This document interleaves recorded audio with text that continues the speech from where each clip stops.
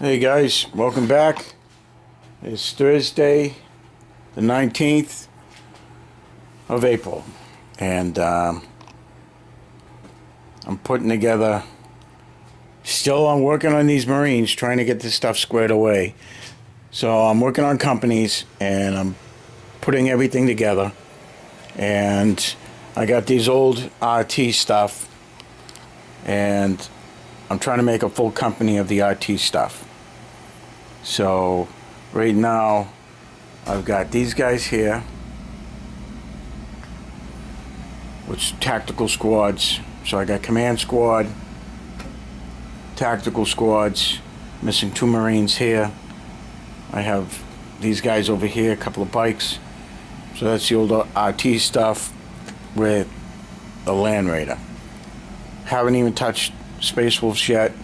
Put together a squad for the Salamanders, and I'll probably end up doing maybe half a company, I don't know, or I'll fill out this Blood Angels and get three more squads to make a company, and then I'll shy 4 squads for that company, and then of course the Black Templars. Everything else seems to be ready to rock and roll with the Ultramarines, the Imperial Fists, supported with the Crimson Fists, and I'm probably going to end up giving them a Rhino, one of the 3 I have, and we got the Dark Angels with their crew, and then see what we can do and start putting his away, and then maybe start putting some Napoleonics on it. But then again, I've got this stuff. I put together this, I bought him on eBay for a couple of bucks, changed out the head. They had the guy wearing the beret, but I think he looks a lot better without the beret, and that's the old commander. This commander here, I love these guys because this was my first one, my first commander, Commander Faust, and he's been to a couple of grand tournaments in Baltimore, Maryland, and in Milwaukee. So that's the same model, only I used the Forge World head, and I remember chopping off his helmetless head and putting on the helmet. So he was one of my commanders that continuously fought. Now I'm not sure if I'm going to go with a backpack, a regular backpack with him, or the jump pack. But then we have these old box Marines here that I've been trying to put together, and I've got almost 4 complete squads of them. I found some old Howling Banshees, some old Legion of the Dam, an old Fire Warrior. Is it Fire Warrior? No, it's not Fire Warrior. What is that? It's a Belton. Oh, what are these things? I forget. But they're like melter guns. And I forget what they are. Wow. Alright, no biggie. So I found this old Napoleonic that was chased, so I ended up putting them on that base. Now, here's what I've been doing with bits and stuff that I found. Finally found them, so I started putting together some old stuff that I had. There's a tank commander that I put together, which I thought was pretty cool. And then I put old Rambo here. Is that Rambo, or is it's some Striker? I forget what his name is. It might be Striker, I'm not sure. Now, what I wanted to touch base on was a couple of model kits. Now, at first I thought Rebel made these, but actually AMT makes them.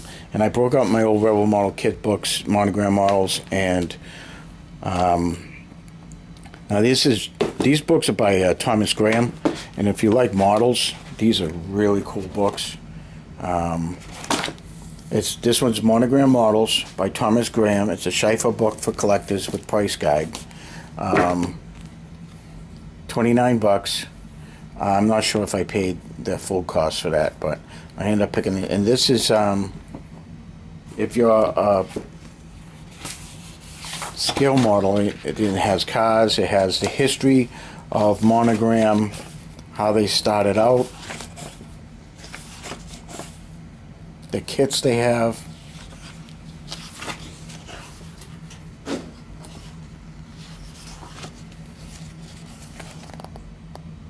And I mean, it's just chock full of model goodies. It really is.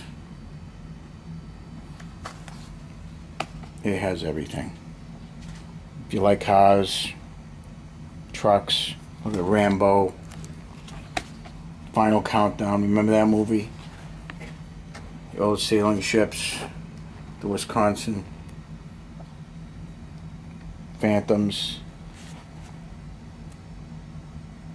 cars. Look at Corvette, Stegosaurus. Is that it? No, that's an Ankylosaurus. Okay, yeah, Stegosaurus is different. Oh, look at that. That kit. That's actually a 1/48 scale Panther with the P-51B, which you can actually use with. That's what I was using with bolt action. I had the Tiger, which I still have. This is a really cool book.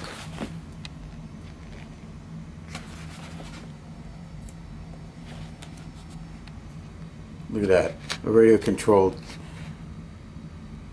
What is that? Is that a leopard?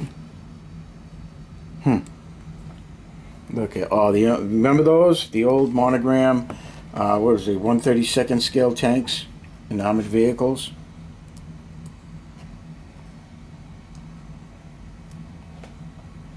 The B-17. There you go, Snap-Type Tiger. It's right there. That's the one I'm using for my bolt action. I still got it. Now this has a price guide, and it's got all kinds of neat models. Ships, planes. Look at the twin Mustang. The Stuka with the swastika. You don't see that anymore. Look at, they removed it here.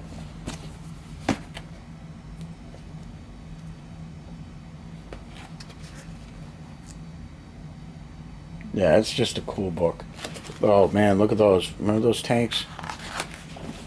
The Flak Panzer and the Sturmschütze. Wow, that is super cool. Super cool. The little cop. Look at that. Ain't that cool? Wow. So I mean, there's something here for everybody. And it's just a neat book. And it goes on. Now, Revel was the same way.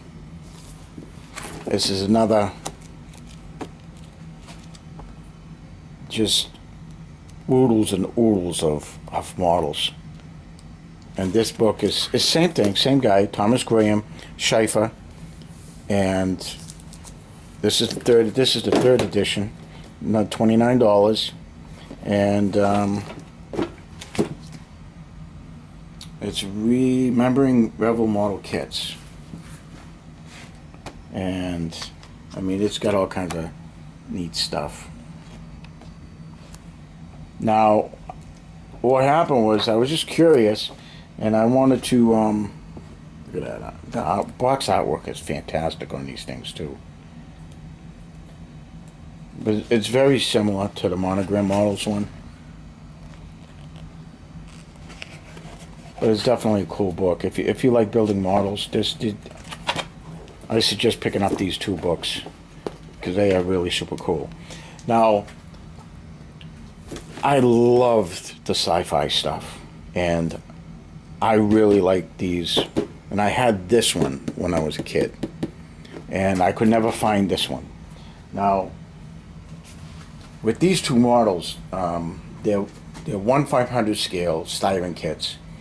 And well, AMT came out, when Star Trek came out, AMT came out with this Strategic Space Command thing.